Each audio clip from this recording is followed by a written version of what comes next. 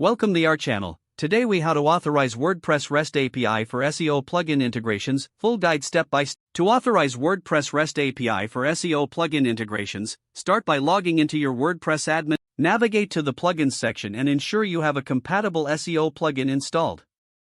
Access the settings of your SEO plugin, which is typically found in the left sidebar.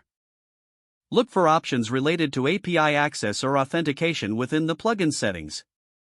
Next, check if the plugin requires an API key. If it does, generate a new API key based on the plugin's instructions. Once you have your API key, head over to the Users section in the WordPress dashboard. Locate the user for whom you want to grant API access, typically an administrator. Edit the user profile and scroll down to the application password settings. Generate a new application password specifically for API access. Copy this application password as you will need it later. Open your preferred code editor or any tool that allows you to make HTTP requests. Make a post request to the WordPress REST API endpoint, which typically looks like this, /wp-json/wp/v2/. Include the necessary headers in your request. The headers should contain your API key and the application password you generated. If the API requires OAuth or JWT for authentication, ensure you obtain and include those tokens as well. Now, test the API connection by making a simple GET request to retrieve some data, like posts or pages.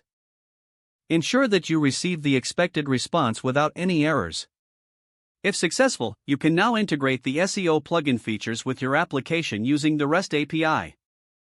Finally, document your process for future reference, noting any customizations or configurations you made along the way.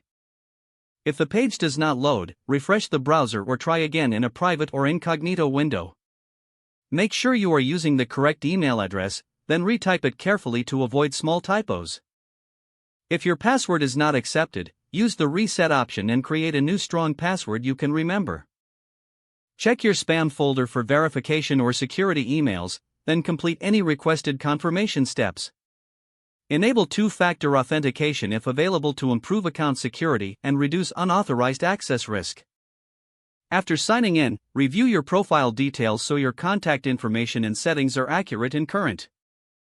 If you see an error message, note it down and try again after restarting your device and internet connection.